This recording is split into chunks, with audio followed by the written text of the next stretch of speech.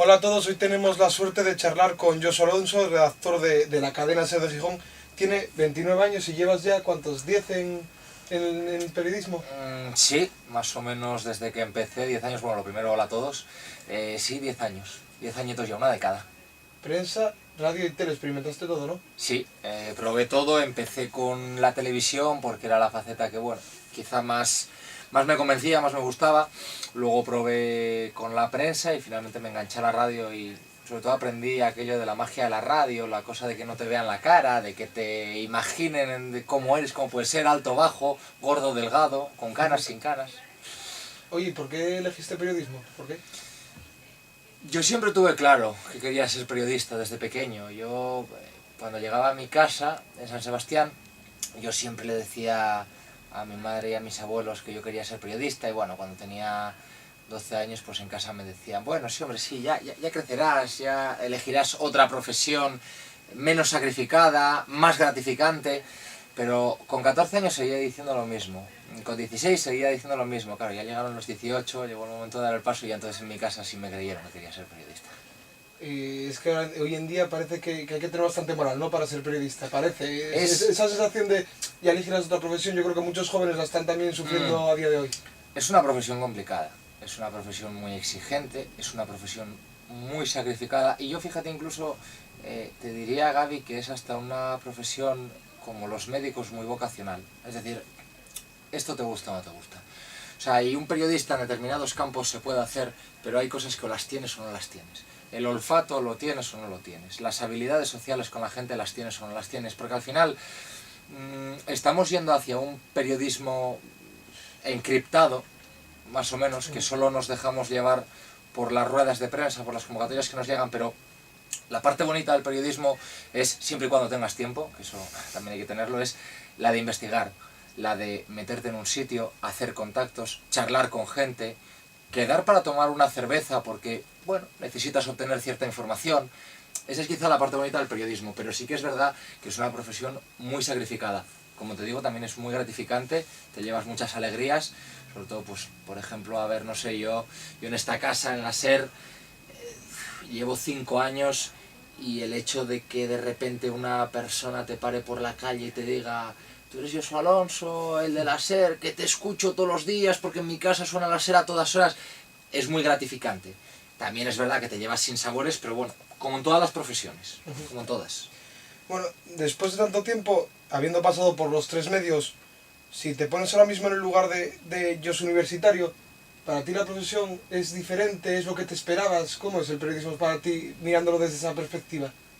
Sí que es lo que me esperaba, porque al final al periodismo siempre se le ha llamado el cuarto poder, ¿verdad?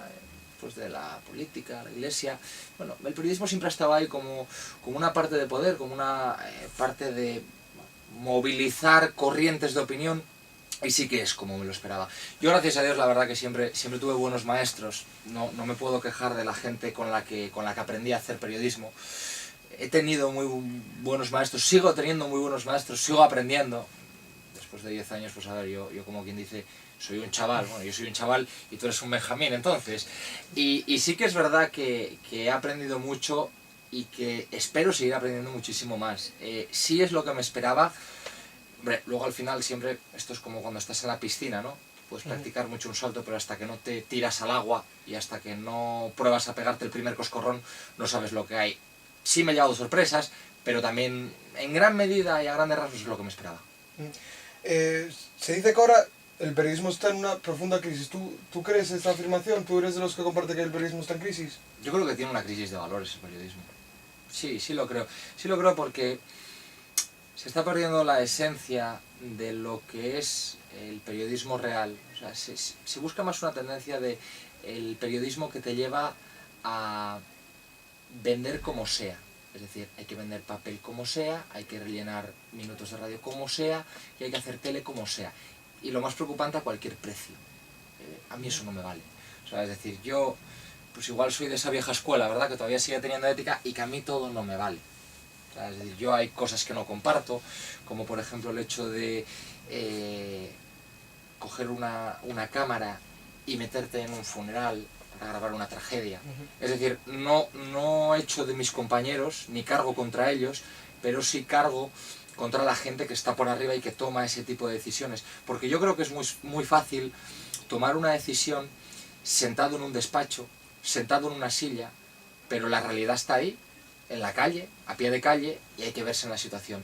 Yo creo que sí hay una crisis profunda, sobre todo porque se está perdiendo la esencia de lo que es el periodismo. Y sobre todo porque si los grandes periodistas de antaño levantaran la cabeza, seguramente lo que pedirían sería volver a enterrarlo otra vez.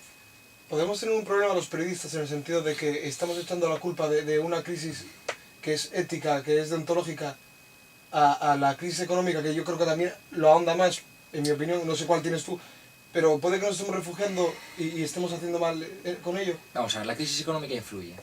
Y está claro que aquí los medios vivimos lo que vivimos, es un binomio de ingresos y audiencias, tanto en tele como en radio, y en el caso de los periódicos, lectores y ingresos publicitarios. ¿La crisis económica influye? Sí. Hemos visto a los grandes directores de prensa escrita pedirle, no hace todavía como última vez al gobierno de Mariano Rajoy, ya lo pidieron también a otros gobiernos, pero pedir como una especie de acuerdo que beneficie, algún tipo de beneficio fiscal, de contrapartida para la prensa escrita que no vive su mejor momento. Quizá también yo me haría una pregunta, y haría una pregunta a los grandes directivos de periódicos. Sí, es verdad que con la crisis se vende menos, pero también yo preguntaría, ¿por qué se vende menos? ¿Solo por la crisis? ¿O también porque se han dejado de hacer grandes contenidos? Mira, me contaba una vez un profesor que tuve, él trabaja en Bilbao y es jefe de una sección de un periódico importante de Bilbao. Y me decía él que un día Pedro J. Ramírez, tan en boga ahora y tan querido entre comillas por todo el mundo, y que parece que ha hecho una obra social durante toda su vida, decía que había que vender periódicos como fuera. Y para vender periódicos como fuera, estuvo 4 años vinculando los atentados del 11 de marzo del 2004 con ETA. Es decir, no todo vale para vender. Y eso en cierta manera también lo han intentado aplicar con el caso Bárcenas. No todo vale para vender. Es decir, ¿tú quieres informar? Fantástico. ¿Tienes una primicia? Fabuloso. Pero lo que no intentes es explotar esa primicia hasta que no te quede nada, porque la gente no es boba, ni la gente es ignorante, y la gente sabe ver dónde sí y dónde no. De hecho, el reflejo ahí está, es decir, con todo lo que sacó el diario El Mundo en cuestión de información del caso Bárcenas, y en cuestión de opinión, y lo que es la venta de ejemplares, no aumentó tanto como ellos tenían previsto, y si no, que se lo preguntan a los italianos, que eran los dueños. Todo esto que me estás contando lo resumo en tu descripción de perfil de Twitter. Tienes esta frase: persiguiendo la objetividad para informar.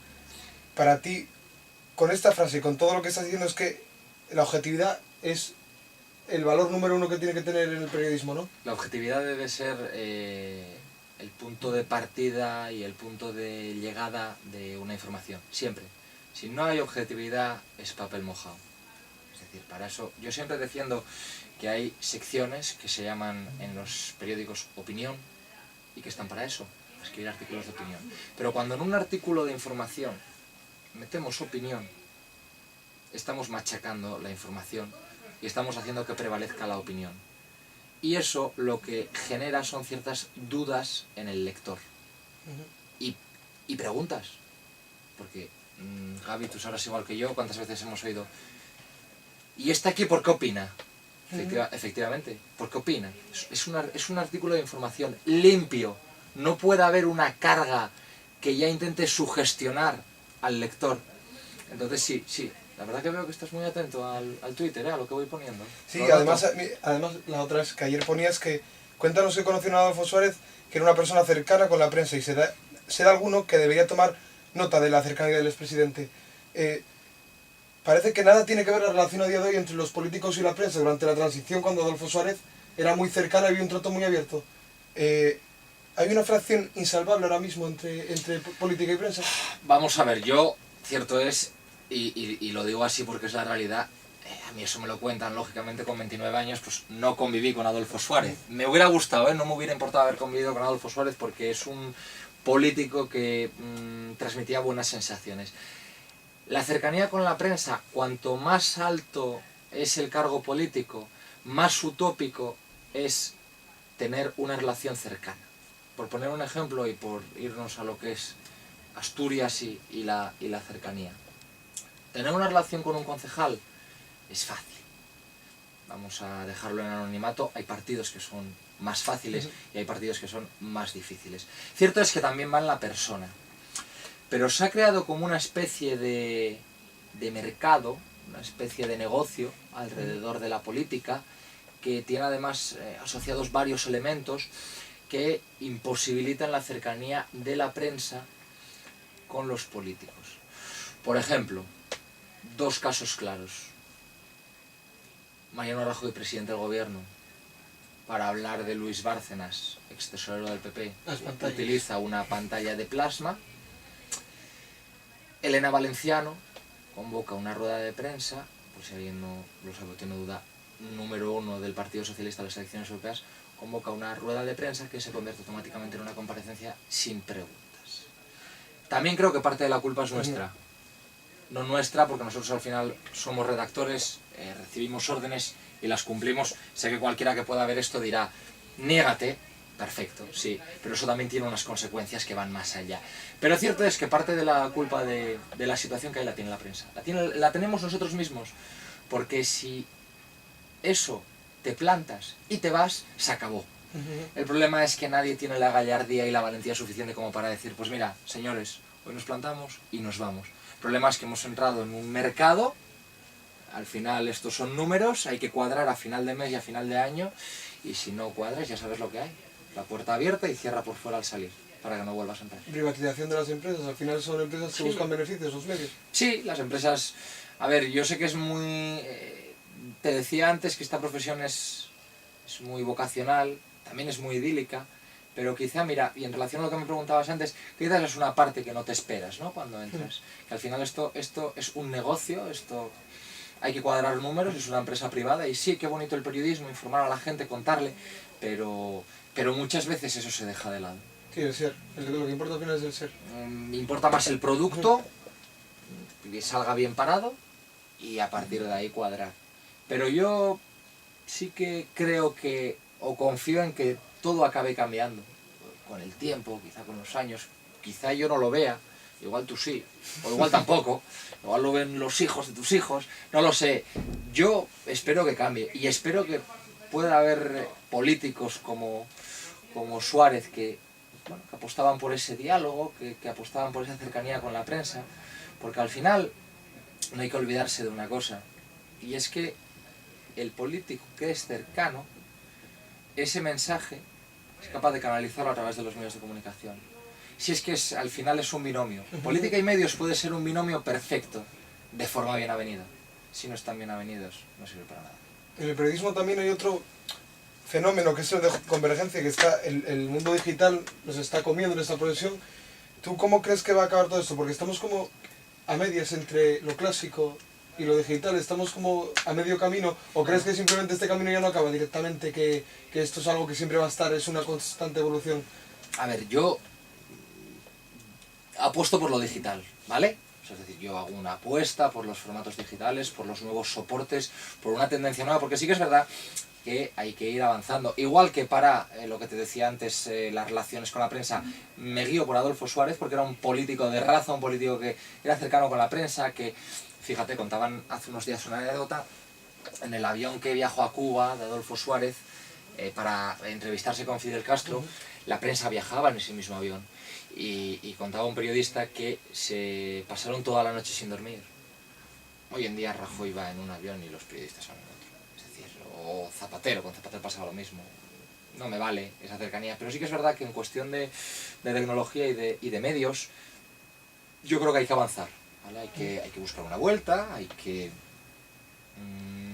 mirar una progresión, buscar, mejor dicho, una progresión, porque sí que es verdad que el papel muere. Y a los que vienen de abajo, como vosotros, hay hay que enseñarles, sobre todo, soportes ágiles, rápidos, dinámicos, y eso te lo da Internet. Luego también podremos abrir un debate si los contenidos deben ser de pago o no, porque España es un país que no está acostumbrado a pagar por lo que usa. Entonces es complicado decirle a la gente que se tiene que meter en Internet y que tiene que pagar por los contenidos, pero no es complicado decirle que tiene que ir al kiosco, comprar un periódico y pagarlo. Porque también vivimos en una... España tiene una población muy envejecida. Es una pirámide invertida. O sea, tiene mucha gente mayor, pero poca gente joven. Y Asturias sobre todo. Y Asturias sobre todo tiene una tasa de población envejecida muy alta. Y eso afecta. Yo creo que es el futuro. Los medios digitales, buscando una conjunción con los medios tradicionales, pero a la larga lo que va a sobrevivir es el medio digital. También quería sacarte el tema del periodismo deportivo. Tú de que también trabajas en el periodismo deportivo, ¿tú lo consideras periodismo, lo consideras una rama dentro del periodismo, algo completamente individual? Porque yo creo que tú mejor que nadie nos puedes decir que no tiene nada que ver informativo con periodismo deportivo, que es algo, es otro mundo, ¿no? Eso me lo preguntaba una vez un político. Me decía, ¿y tú cómo te arreglas para hacer periodismo político y periodismo deportivo?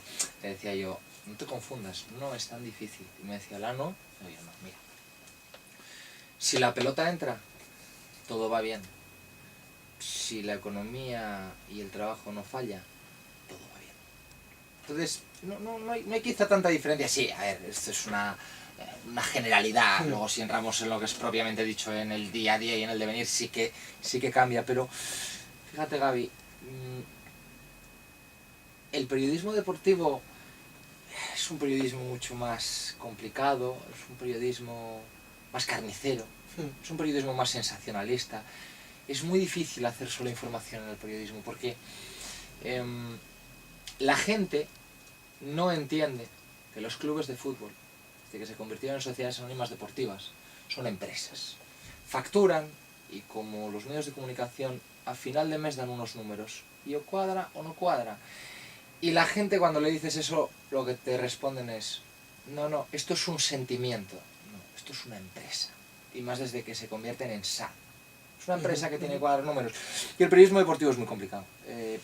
Yo sí que creo que hay un declive total y absoluto de la prensa deportiva. Me parece que... No te voy a decir que cualquiera vale para hacer periodismo deportivo, pero lo vemos en las grandes cadenas a nivel nacional. Tenemos a Kiko Matamoros, de comentarista de un programa de deportes, y cualquiera que me oiga se preguntará, ¿por qué Kiko Matamoros? Bueno, pues porque Kiko Matamoros siempre se movió muy bien en la noche y Kiko Matamoros conoce a mucha gente del Real Madrid, del Atlético de Madrid, entonces eso te da una silla. Vale, entonces ¿qué queremos? O sea, es decir, ¿qué es lo que queremos? Sensacionalismo, puro y duro, rumorología, jugar al rumore, todo sin confirmar. Hombre, un ejemplo es, por ejemplo, el declive de El Larguero, el partido de las 12, y les están ganando programas como de televisión como El Chiringuito, Tiki Taka, que no tienen nada que ver. Es claro. El declive de lo que es meramente más informativo o de una opinión rigurosa en el deporte. Vamos con el sensacionalismo de Tomás Roncero, por ponerte un ejemplo. Yo es que soy de los que piensa que España en ese sentido es un país que no ha evolucionado y la gente lo que quiere es carnaza. Entonces a la gente no le importa saber la historia de un chaval, por ejemplo, como Juan Manuel de Granados, que se va con la bicicleta al Polo Sur a ir por Groenlandia. No, a la gente le interesa saber, a ver si antes de ayer por la noche Benzema estuvo tomando copas en Pachá y en vez de estar con su novia estaba con una morena de escándalo de 1,90 m. Y que alguien lo cuente. ¿Vale? Entonces, vale, si queremos jugar a eso, podemos jugar a eso. Ahora bien, a mí que me avisen, yo me bajo del barco. O sea, yo ese tipo de periodismo no lo comparto, no comulgo con él y respetarlo lo respeto porque soy un tío con principios. Pero me parece abominable. A mí me parece que el periodismo deportivo está muy de capa caída. Como te decía antes, casi cualquiera vale.